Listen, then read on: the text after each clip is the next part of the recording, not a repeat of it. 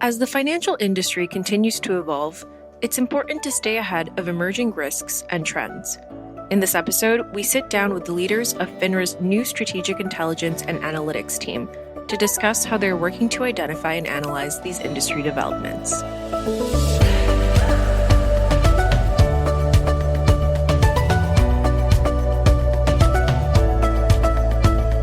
Welcome to FINRA Unscripted. I'm one of your co-hosts, Margarita Biel.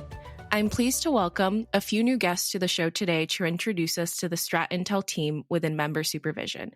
Joining me are Senior Vice President Jim Reese, who leads the team, and his two vice presidents, Brita Bayatmakou and Clint Johnson. Welcome. Thanks for having us. Great. So to start us off, can you each introduce yourselves and share a bit about your background? Jim, let's start with you. Thank you again for the opportunity. My name is Jim Reese. I'm the Senior Vice President over the new Strategic Intelligence and Analytics organization. I've been at FINRA for almost 3 years now, and prior to this role, I led the data analytics organization within Member Supervision. I spent most of my life as a regulator, coming from the SEC after 23 years there, all within the Division of Examinations, and leaving there as its Chief Risk and Strategy Officer. Great. Thank you, Jim. What about you, Brita? Thank you, Margarita, firstly, for inviting me back to the show. Great to be back again. I am the Vice President of Strategic and Threat Intelligence at FINRA within Member Supervision's organization. And I joined FINRA back in 2021, so been about 3.5 years here at FINRA. And I stepped into this role at the new year. So in my first couple of weeks here, it has certainly been a very exciting transition and also been a bit of a full circle moment for me, having previously worked on and built up financial intelligence functions in my past professional life before FINRA at Charles Schwab and before that at Wells Fargo, specifically a little bit more on the financial crimes focused side.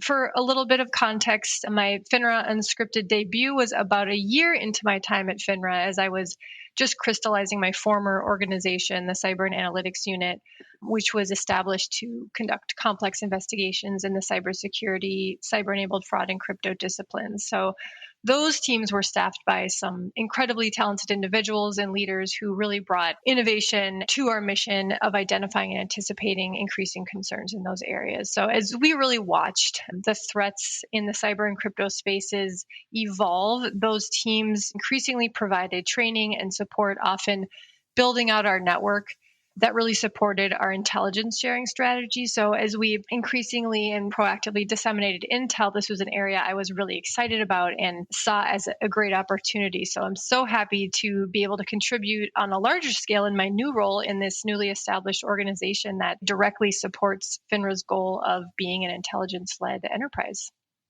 Perfect. Well, welcome back to the podcast, Brita, and thank you for giving us that overview. And last but not least, Clint.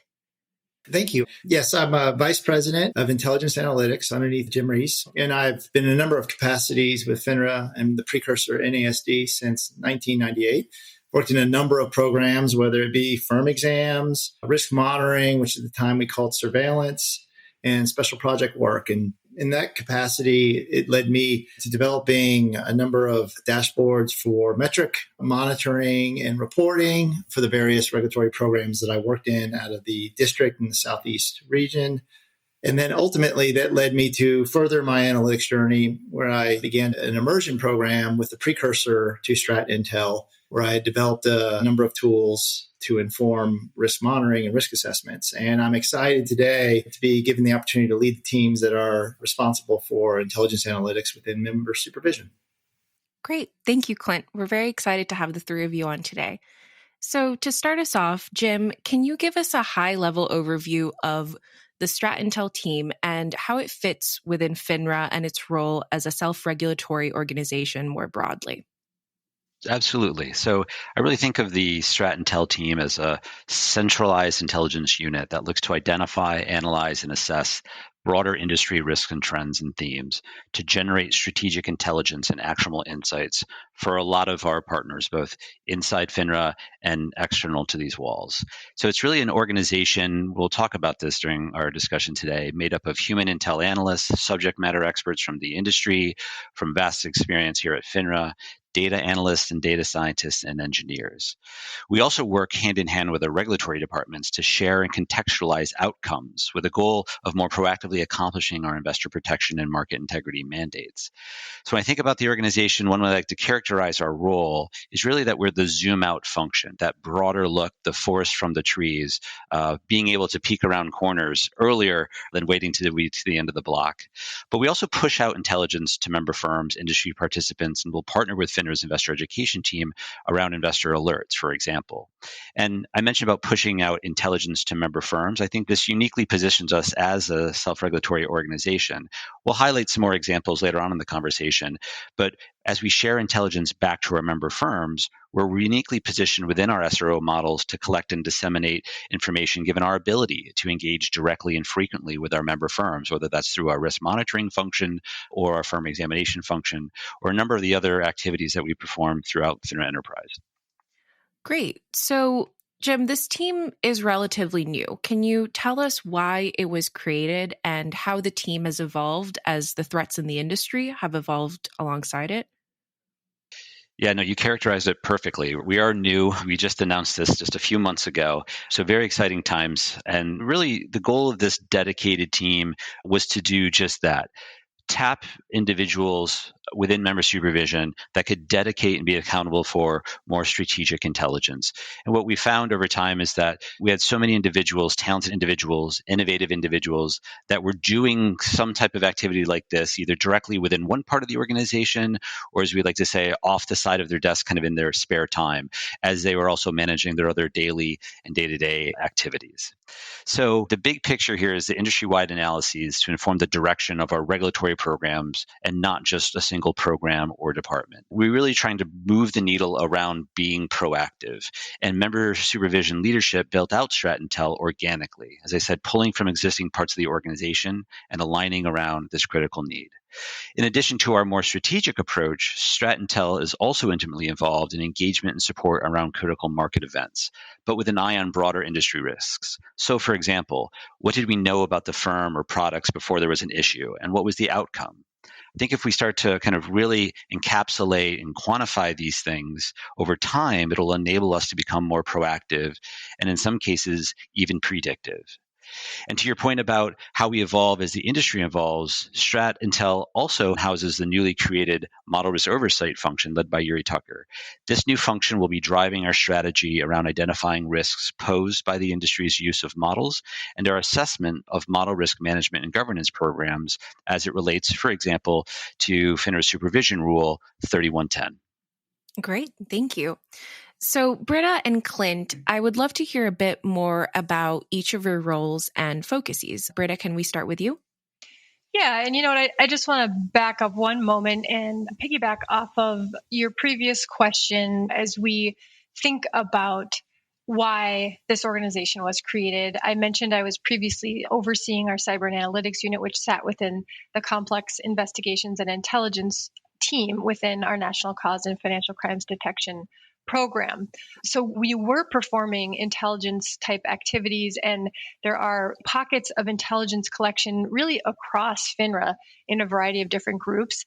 And I think leadership recognized that that function should not be limited just to one particular department or corner. And so we really made a commitment in establishing this larger organization to broaden our scope and our reach by centralizing and formalizing the team, as Jim noted, bringing this already existing financial intelligence unit with other groups to truly unlock, I think, what we're trying to do here at FINRA as an organization. So as we endeavor to embed that intelligence mindset using data to drive and inform our decisions, this is just a fantastic opportunity. And it shows how we're getting comfortable in the face of uncertainty. We are getting comfortable being more agile so that we can transform what we're doing and really respond to shifting winds. So my new organization, the Strategic and Threat Intelligence team, is really here, as Jim noted, to scan the horizon and think about how events or trends might impact either FINRA directly or our key stakeholders, whether it's investors, member firms, or the markets.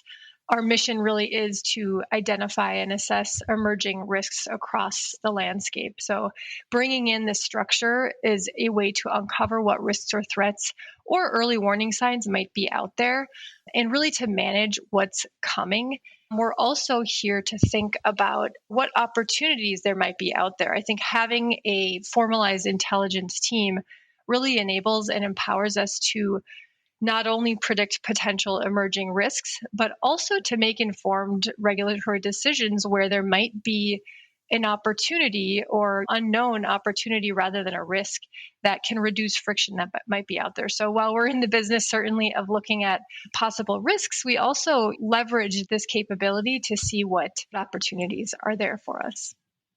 Great, thank you. And Clint, if you can tell us a bit about intelligence analytics, your team.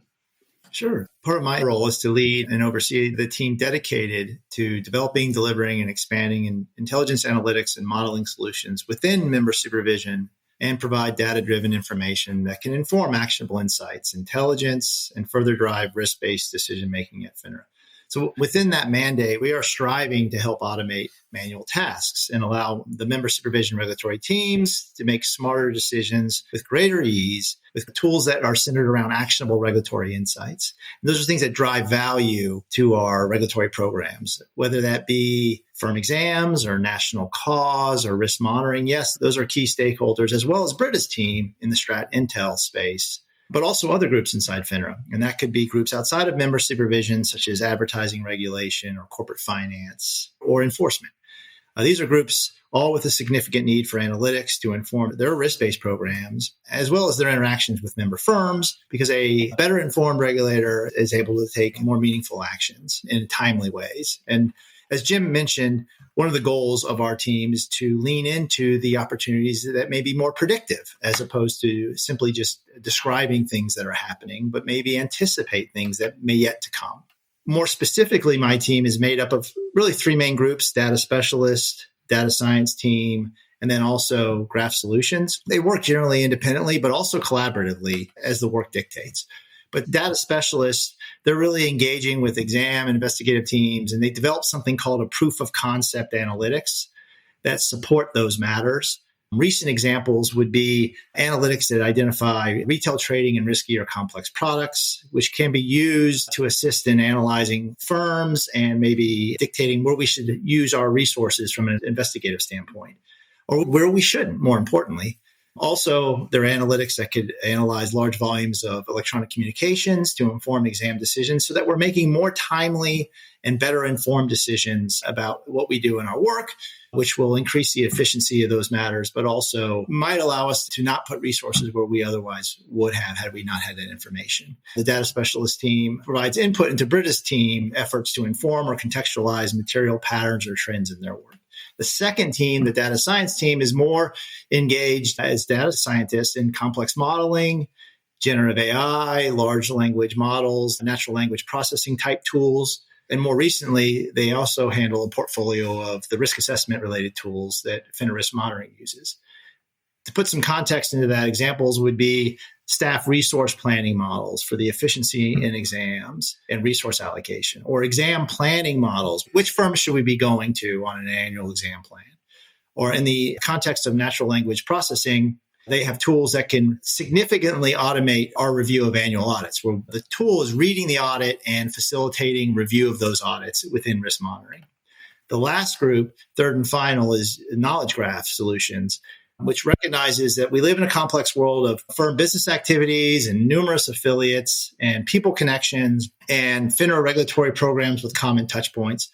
Well, this team supports a FINRA tool that permits staff to discover and visualize these complex relationships between entities, between firms, documents, and everything in between to identify any material regulatory events and discover what might be non-obvious relationships through data visualization and mining. Great, thank you. So how do you identify the threats that your team focuses on?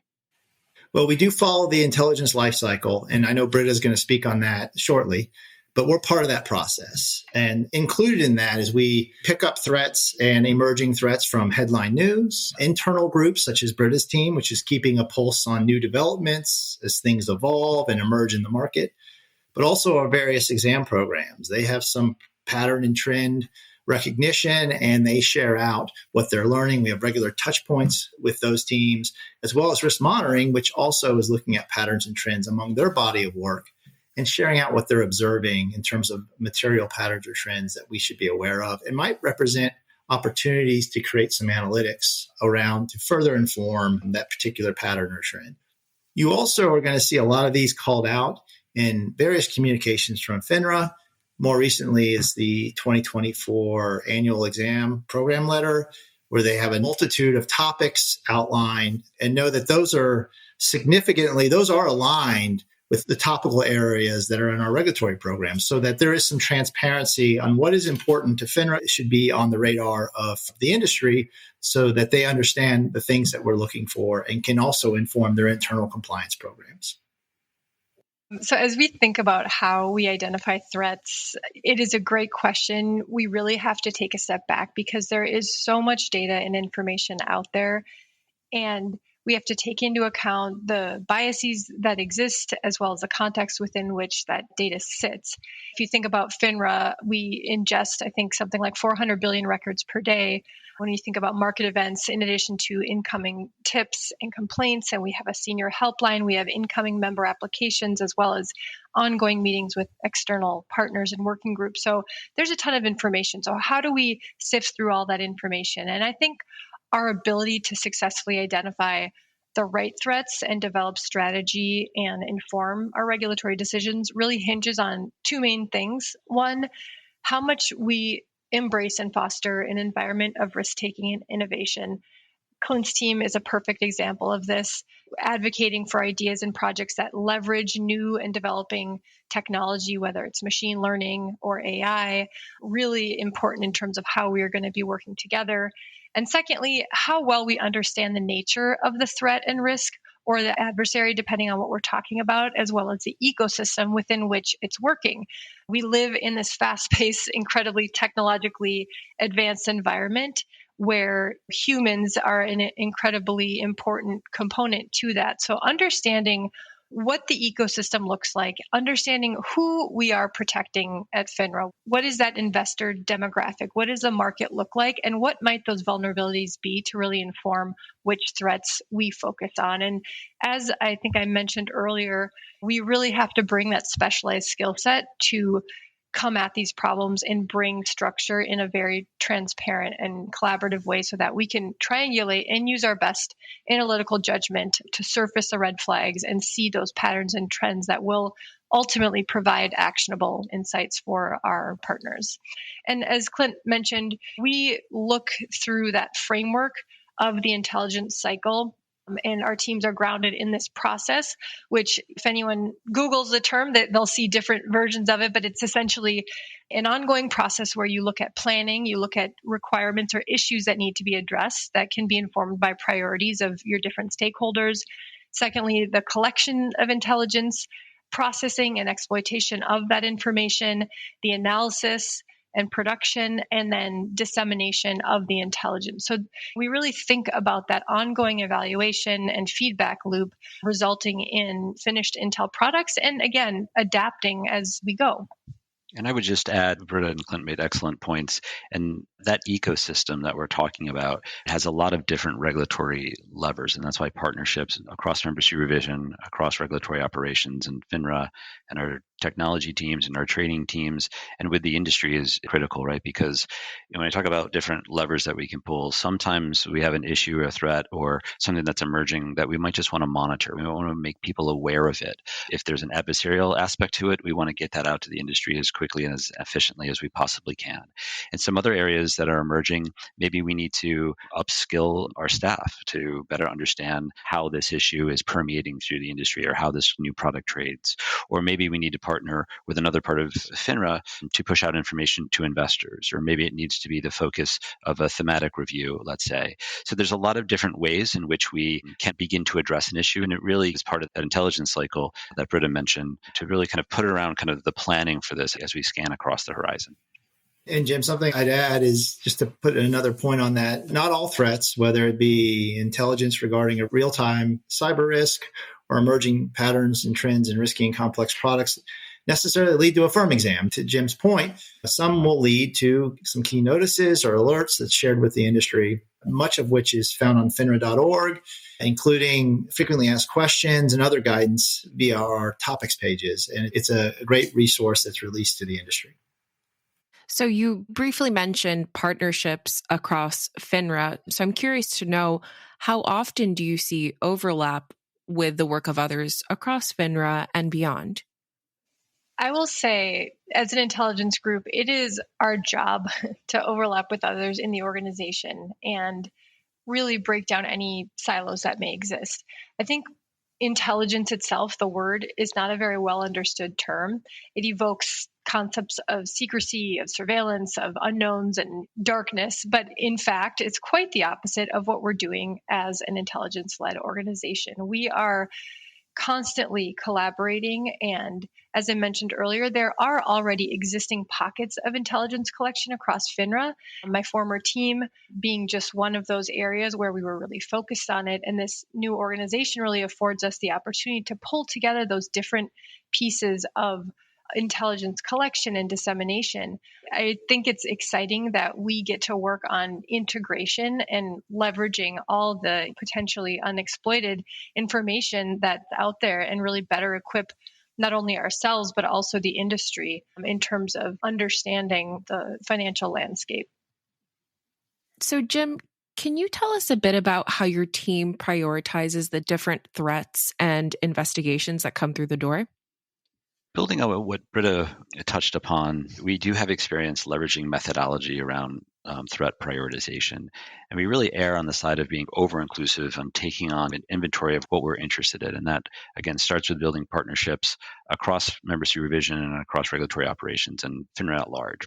Our approach is really trying to understand in a specific area or a nascent issue, is there kind of a butterfly effect, if you will, of a decision in one part of the market having broader impact on another, a concentration in a particular vendor or a lack of vendors in this particular space, a new product or a new type of strategy that is being sold, or one part of the industry pulling out of a certain business practice and another part of the industry getting into a new business area. All those things can have broader implications to our investor protection and market integrity mandates. So as we collect this information, we put it through this sieve, if you will, of risk management and threat prioritization, in which we're trying to better understand the impact, the likelihood, the severity. And the only way that we can even begin to quantify that is to have close working relationships with the risk monitoring analysts, with the firm exam folks, with the investigatory units in the national cause and financial crimes area.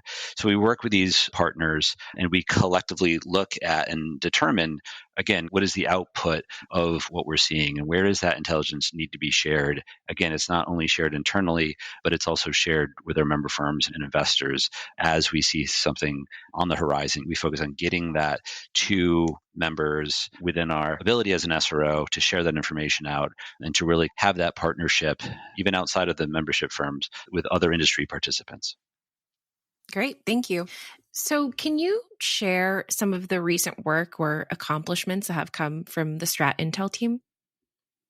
One, we have a very talented group of staff, and there are a large number of accomplishments. But I'd like to just call out one recent example, and it pertains to the CrowdStrike cyber event in July of last year. It related to a disruption that was caused by a software update, leading to widespread system outages on Microsoft Windows devices at a selected number of member firms. At the time, we knew that risk monitoring had conducted a vendor survey to the industry and collected information regarding use of vendors. Some of that survey that was challenged by written responses. So our analytics team assisted in processing and analyzing what was unstructured data to identify those firms potentially impacted by the CrowdStrike event. With the output of that tool, FINRA staff were then well positioned to respond and support the impacted member firms through various outreach efforts that raised awareness and also allowed FINRA to assess the impact to their businesses in a timely manner.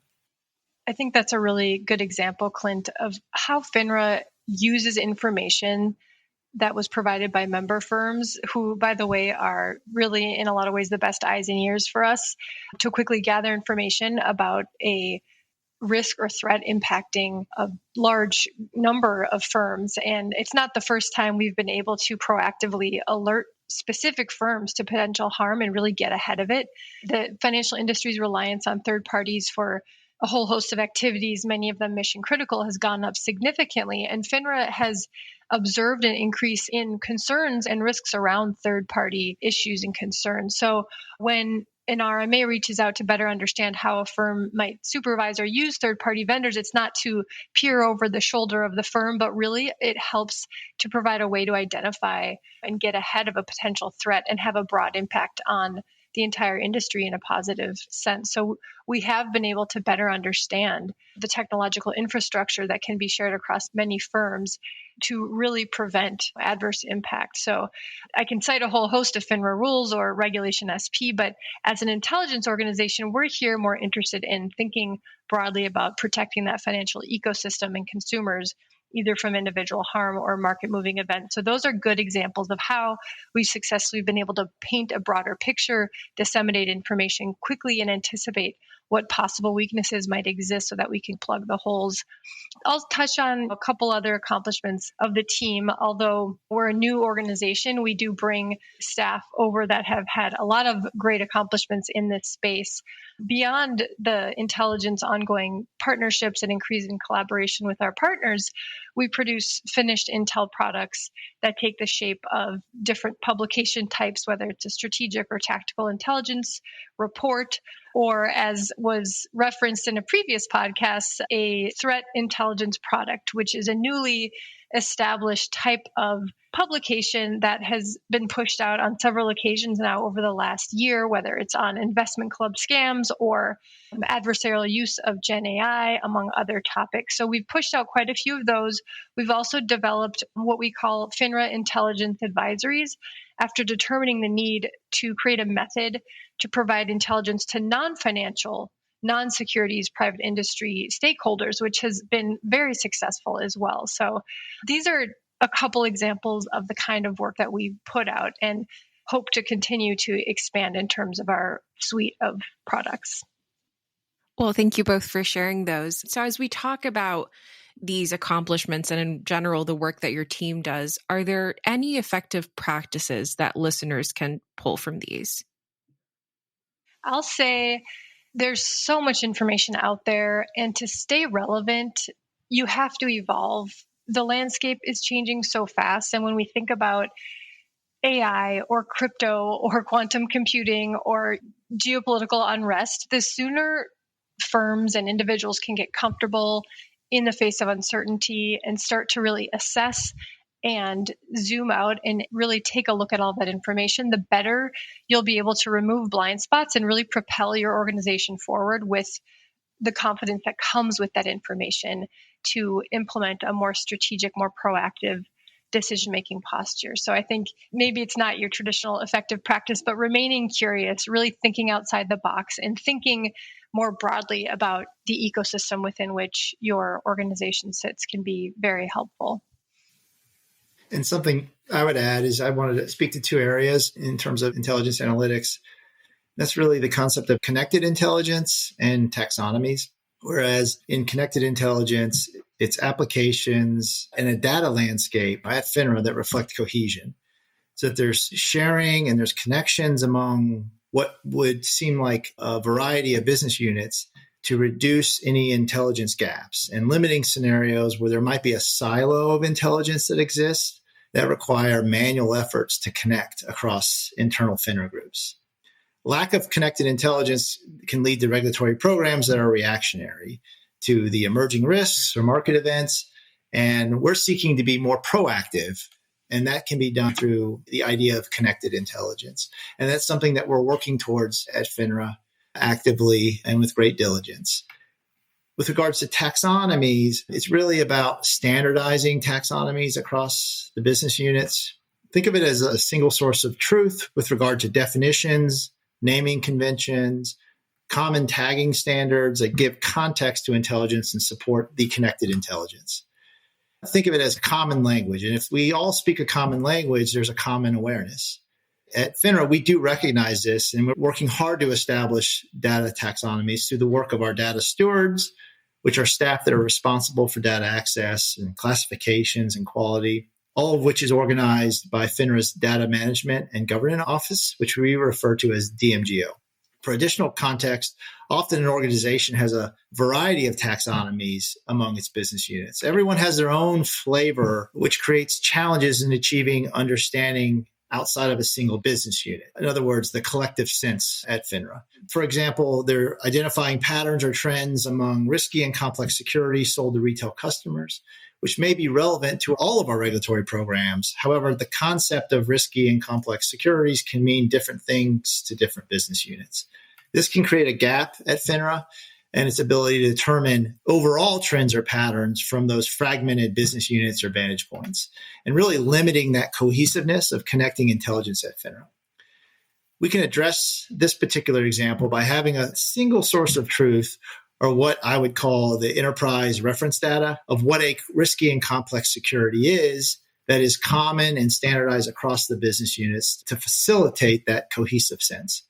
The concepts of that regulatory intelligence is really at the center of how FINRA operates and how our data and technology teams can help facilitate the ability to connect information in ways that generate new intelligence.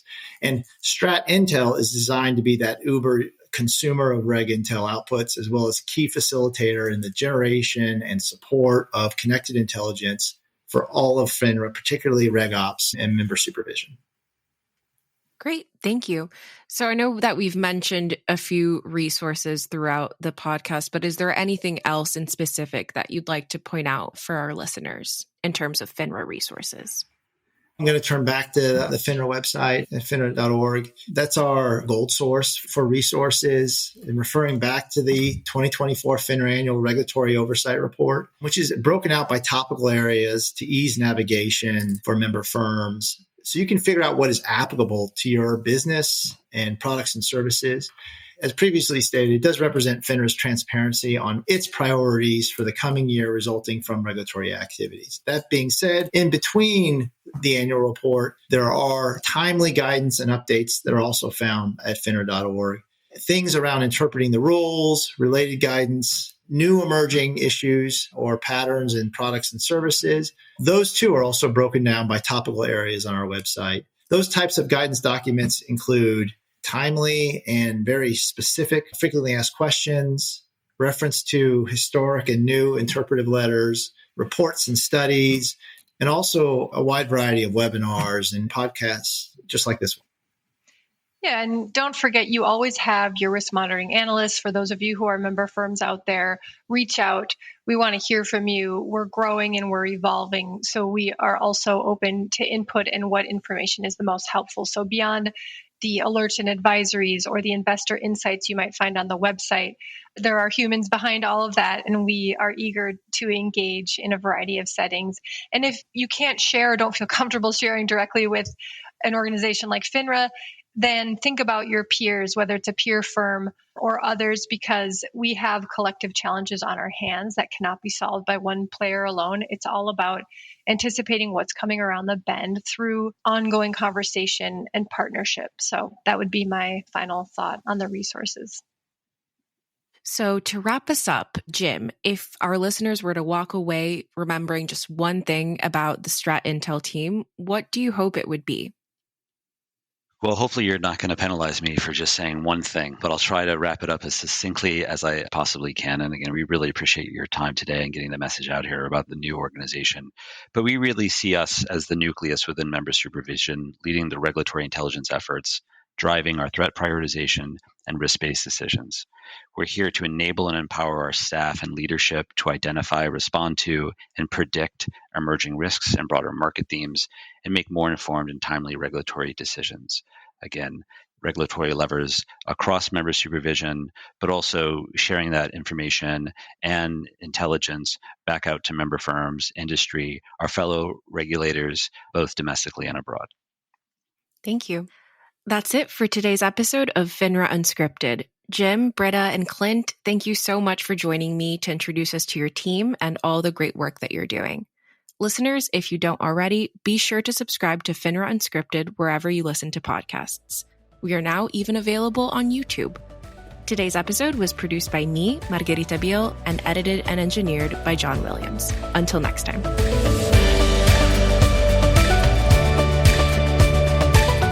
Please note, FINRA podcasts are the sole property of FINRA, and the information provided is for informational and educational purposes only. The content of the podcast does not constitute any FINRA rule or amendment or interpretation to such rules. Compliance with any recommended conduct presented does not mean that a firm or person has complied with the full extent of their obligations under FINRA rules, the rules of any other SRO, or securities laws. This podcast is provided as is. FINRA and its affiliates are not responsible for any human or mechanical errors or omissions. Parties may not reproduce these podcasts in any form without the express written consent of FINRA.